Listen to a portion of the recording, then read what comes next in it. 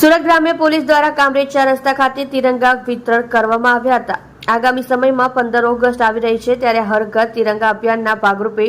સુરત જિલ્લામાં પોલીસ દ્વારા લોકોને તિરંગા વિતરણનો કાર્યક્રમ યોજાયો હતો।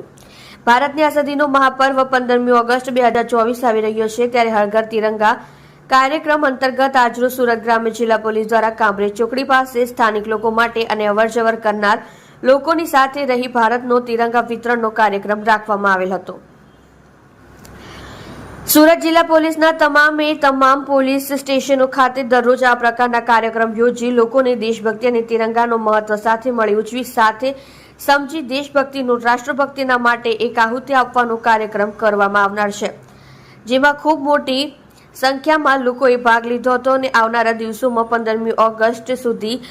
આઝાદીના મહાપર્વને ઉજવવા માટે આપણે સહુ સાથે મળી ફૂલ નહીં તો ફૂલની પાંખડી રૂપે આપણાથી થતા તન મન ધન પ્રયત્નો કરીશું તેવું સુરત જિલ્લા પોલીસ વડા શ્રી હિતેશ જોયસર સાહેબ દ્વારા જણાવવામાં આવ્યું હતું। ભારતની આઝાદીનું મહાપર્વ 15મી ઓગસ્ટ 2024ના આવી રહ્યું છે, ત્યારે હર ઘર તિરંગા કાર્યક્રમ અંતર્ગત આજરોજ સુરત ગ્રામ્ય જિલ્લા પોલીસ દ્વારા કામરેજ ચોકડી ખાતે અહીંના લોકો માટે અને પસાર થતા લોકોની સાથે રહી અને તિરંગા વિતરણનું કાર્યક્રમ યોજવામાં આવેલું। સુરત જિલ્લા પોલીસના તમામ પોલીસ સ્ટેશનો ખાતે